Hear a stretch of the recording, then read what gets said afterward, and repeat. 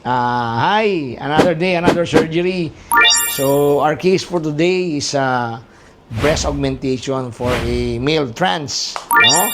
So I'm going to put 300. Well, I'm thinking of 325 or 350 because the patient wants a natural looking breast. No, yung hindi masyadong mataas, no, hindi matangkad. So, sabi niya yung ano lang daw pang babae. Ano, mainhin po yung ating patient. Wow. Kasi usually pag mga trans, they want a big breast, no? So this patient wants it not too high, no? So that's why I'm going to put a moderate plus implant. No, yung moderate plus not too high. No, hindi masyadong matangkad siya, hindi ganyan. So nakaganyan lang siya, yung take off po hindi kita.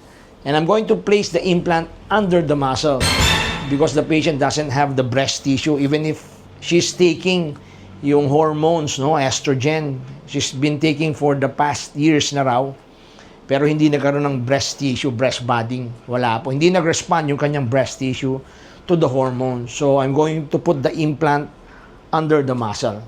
Kasi pag ginilagay natin above, magkakaroon ng implant show. Hindi po maganda yan. Hindi po natural looking.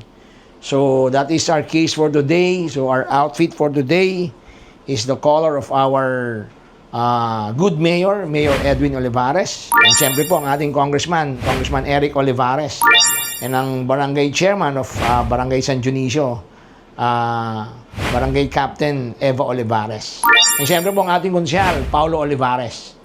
So that's it. Another day, another surgery, another day, another watch. So this is a 1971 Seiko Silver Ghost chronograph, no?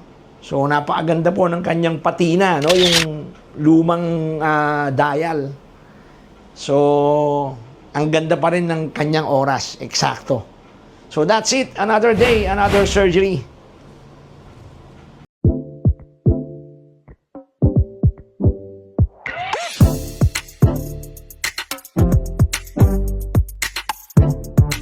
I am done with breast augmentation.